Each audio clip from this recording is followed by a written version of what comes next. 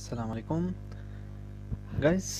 Present जो passive का series था, पैसिव का सीरीज़ था वो चल रहा था।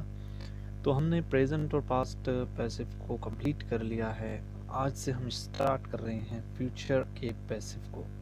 फ्यूचर में सिर्फ 2 टेंस के पैसिव हो सकते हैं। तो फ्यूचर में ज़्यादातर जो है ना एक ही पैसिव का इस्तेमाल होता है और वो होता है फ्यूचर इंडिफिनिट का। तो फ्यूचर कंटिन्यूअस का मैंने कभी देखा नहीं है। अगर आपने देखा है तो इट मीन्स कि वो किस हेल्पिंग वर्ब से होगा। मैंने तो नहीं देखा है। अगर आपने देखा होगा तो देखा होगा, लेकिन मैंने नहीं देखा। ठीक है, तो हम इसके फ्यूचर इंडिफिनिट के आज जो है ना पैसिव का सीरीज शुरू करने जा रहे हैं। ठीक है, तो स्टार्ट करते हैं अपना लेक्चर। सबसे पहले एक सिचुएशन मैं देता हूँ और उस सिचुएशन के मुताबिक मैं क्या करता हूँ फिर आपको समझाता हूँ। चलिए लेट्स स्टार्ट करते हैं अपना वीडियो। तो वीडियो को देखते रहिएगा एंड तक, शायद आपको इससे कुछ नॉलेज मिले। फाइन गाइस, सिचुएशन कुछ इस तरह है कि हम क्या करते हैं, जो हमारा सब्जेक्ट होता है, मैं हमेशा कहता हूँ कि सब्जेक्ट जब कोई काम करेगा तो वो डूअर है, जब रिसीव करेगा तो वो आपका होगा क्या, ऑब्जेक्ट बन जाएगा। तो ग्रामर आप जिस हिसाब से आपको टीचर्स पढ़ाते हैं, कहते हैं ऑब्जेक्ट को आप सब्जेक्ट बनाओ, सब्जेक्ट को आप ऑब्जेक्ट बनाओ, तो इसी हिसाब से जो है ना आपको पढ़ाया जाता है। तो मेरा जो अंदाज़ है वो स्पोकन अंदाज़ है, तो मैं स्पोकन तरीके से आपको समझा रहा हूँ कि तो यहाँ पे एक लड़का है, क्या कर रहा है देखते हैं वो क्या कर रहा है। ये लड़का, चलो ये लड़की बन गया आज। ये लड़की लड़के को कह रहा है कि इस लड़के ने उससे कहा कि तूने मेरा काम किया है। तो ये इस लड़की ने कहा कि मैं तेरा काम कल करवाऊंगा। इट मीन्स किसी से करवाएगा, यानी कि ये क्या होगा, पैसिव होगा। तेरा काम करवा दिया जाएगा, तेरे बाल कटवा दिए जाएंगे। ठीक है, और भी सेंटेंसेस है। तो उर्दू जो मीडियम वाले हैं वो तो यही समझते हैं कि उनके लिए यही होगा कि दिया जाएगा। इट मीन्स दिया जाएगा, जो भी आखिर में दिया जाएगा आएगा, कटवा दिया जाएगा, बुलवा दिया जाएगा, हटवा दिया जाएगा, तोड़वा दिया जाएगा, ये सारे जितने भी दिया जाएगा आएंगे, तो वो बनेगा आपका फ्यूचर इंडिफिनिट का पैसिव। ठीक है, बशर्ते कि उसमें जो है ना डूअर ज़ाहिर ना हो। अगर डूअर आपको कहीं दिखे तो वो आपका पैसिव नहीं हो सकता। ठीक है, तो अक्सर जो है ना देखते हैं हम अखबारों में, तो इस फ्यूचर इंडिफिनिट का इस्तेमाल होता है और बच्चे परेशान हो जाते हैं कि फ्यूचर इंडिफिनिट के साथ वर्ब की थर्ड फॉर्म, ये कैसे हो गया। तो इसे कहते हैं पैसिव। अक्सर आपको दिखता है अखबारों में फ्यूचर होता है लेकिन वर्ब की थर्ड फॉर्म इस्तेमाल होती है, तो आप परेशान मत हो जाइएगा। तो वो आपका पैसिव ही है। आप उसको पहचानना है कि सब्जेक्ट इसमें काम कर रहा है या सब्जेक्ट पे काम हो रहा है। ठीक है, तो एनी आप कह सकते हो काम करवा दिया जाएगा, हटवा दिया जाएगा, बुलवा दिया जाएगा, तो जो भी आप सेंटेंसेस बनाना चाहोगे तो बना सकते हो। तो सबसे पहले आते हैं अपने फार्मूला के ऊपर। यहाँ पे मैं लिखता हूँ फ्यूचर इंडिफिनिट। ठीक है, अब इसका हेल्पिंग वर्ब आपको याद होना चाहिए, फ्यूचर इंडिफिनिट।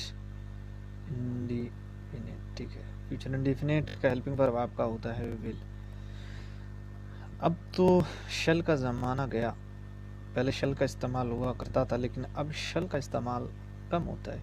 ये शल को आप फिलहाल रहने दीजिए, इसका इस्तेमाल कहीं और जगह पे होता है। यहाँ पे शल का इस्तेमाल आपको नहीं करना है। शल का इस्तेमाल हमेशा वहाँ होता है गाइस जहाँ पे आपको कोई चीज़ जोर देना पड़ता है। ठीक है, किसी चीज़ को आप जोर देते हो कि मुझे ये काम करवाना है, तुझसे काम करवाना है, मुझे ये काम तुझसे करवाना है, या मैं ये काम करूँगा।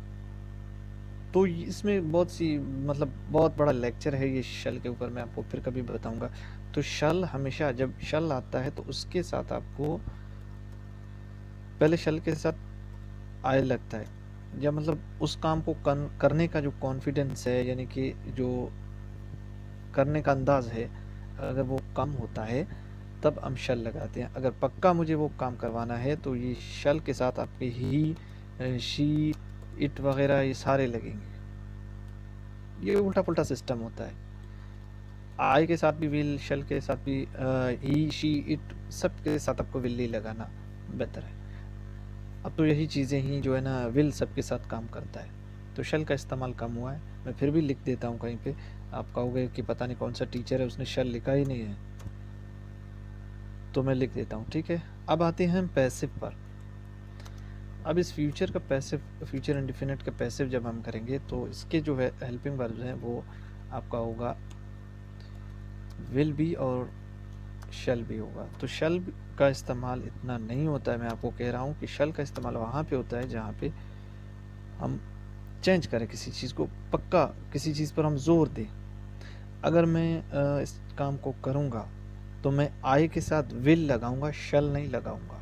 अगर मैं सिचुएशन हिसाब में अगर देखूँ कि अंग्रेज़ लोग क्या कहते हैं, शल का इस्तेमाल वहाँ करते हैं जहाँ पे वो काम उन्हें करना होगा। तो मैं कल तुमसे मिलूँगा, अगर मिलना डन है, पक्का डन है कि मैं तुमसे मिलूँगा कल, तो मुझे ज़ोर देने के लिए क्या लगाना पड़ता है, आई के साथ विल लगाना पड़ता है, ठीक है। तो आई के साथ अगर मैं नहीं मिल सकता, पता नहीं मैं तुमसे मिलूं कि नहीं मिलूं, तो मैं क्या करूंगा, आई शल लगा दूंगा। तो इसीलिए मैं इस शल को यहाँ से हटाता हूँ ताकि आप परेशान ना हो जाओ। शल का इस्तेमाल फिर उल्टा पुल्टा हो जाएगा, ठीक है। माइंड मत कीजिएगा, मैंने इसे हटा दिया है क्योंकि इसका इस्तेमाल, शल का इस्तेमाल मैं फिर कभी किसी लेक्चर में आपको बताऊंगा। तो चलिए, तो रूल पे जाते हैं। रूल पे क्या होता है, रूल पे हमेशा आपको सबसे पहले टीचर कहता है भैया ऑब्जेक्ट, पहले सबसे पहले आप ऑब्जेक्ट लगाओ, तो मैं ऑब्जेक्ट को सब्जेक्ट ही कहता हूँ, ठीक है। अंदाज़ा है मेरा, मैं इसे क्या करता हूँ, रिसीवर मानता हूँ, रिसीवर मानता हूँ, ठीक है। तो आप ऑब्जेक्ट ही इसे समझ लो। फिर आपको लगाना है विल, और विल के बाद आपको लगाना है बी। अगर आपको बी लगाना है, ठीक है। बी के बाद आपको वर्ब की थर्ड फॉर्म मिलेगी, उसके बाद बनेगा आपका बाय। बाय आपका ऑप्शनल है, आप इसे इस्तेमाल करो या ना करो, आपकी मर्ज़ी है। बाय के बाद आपको सब्जेक्ट, यानी कि जो बाय लगाओगे सब्जेक्ट ज़ाहिर करोगे, ज़्यादातर तो इस्तेमाल नहीं होता है, फिर भी आप लगाना चाहो तो आप लगा सकते हो, ये ऑप्शन है आपके लिए, आप लगाना चाहो या नहीं लगाना चाहो। तो ज़्यादातर जो है ना बाय के बगैर मैंने सेंटेंसेस देखे हैं, इसीलिए मैं कहता हूँ कि बाय आपका ऑप्शनल है, ठीक है।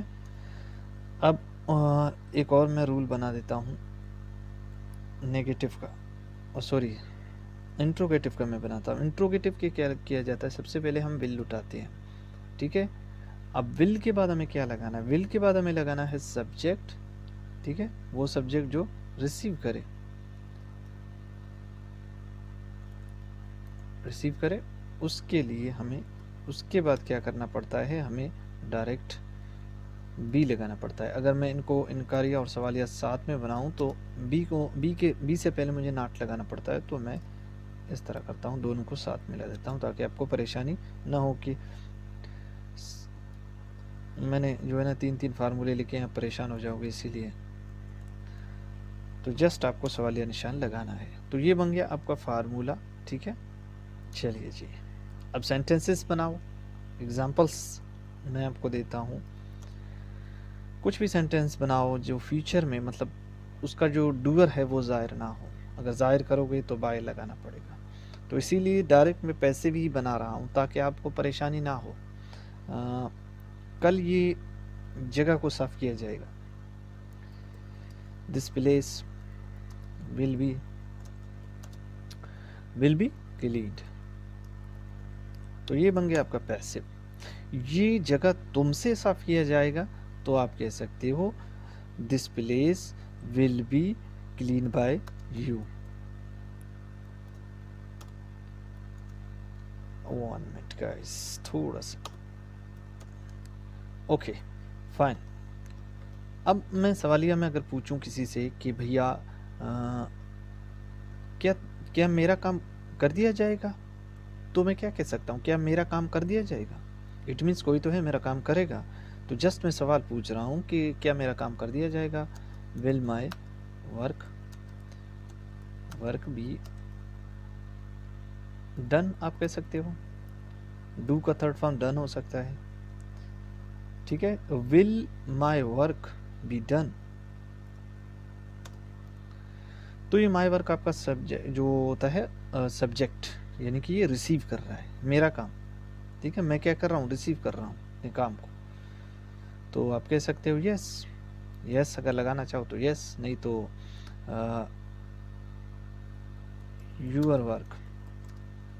Your work will be done. तेरा काम कर दिया जाएगा भैया, तू घबरा मत, तेरा काम नहीं कर दिया जाएगा।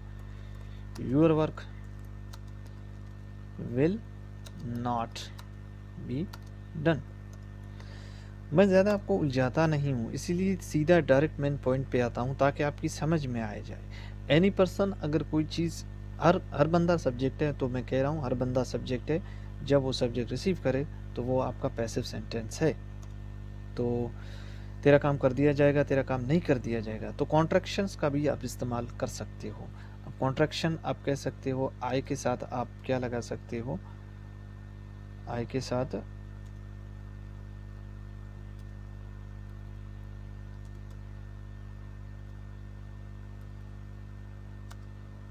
आई विल को आप एल भी कह सकते हो, ठीक है। आई विल को इसको कर सकते हो आप, यू विल को यूल कह सकते हो।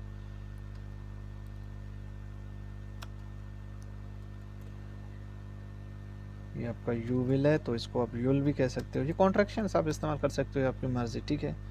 तो मैं ज़्यादा आपको उलझाऊंगा नहीं, इसीलिए दे विल को आप इस्तेमाल कर सकते हो, वी विल को आप इस्तेमाल कर सकते हो, विल को आप इस तरह इस्तेमाल भी कर सकते हो, ठीक है। वी विल, तो दे विल, देल कह सकते हो आप इसे, ठीक है। इस तरह भी कह सकते हो। तो कॉन्ट्रैक्शन में आप विल नॉट भी इस्तेमाल कर सकते हो, विल नॉट को आप वांट भी कर सकते हो, इसको आप वांट भी कर सकते हो, ठीक है। इसको आप वांट भी कर सकते हो, यानी कि ये विल नॉट है आपका। तो आप बना सकते हो कि क्या तुझे बुलवाया जाएगा, क्या तुझे बुलवाया जाएगा। Will you be invited,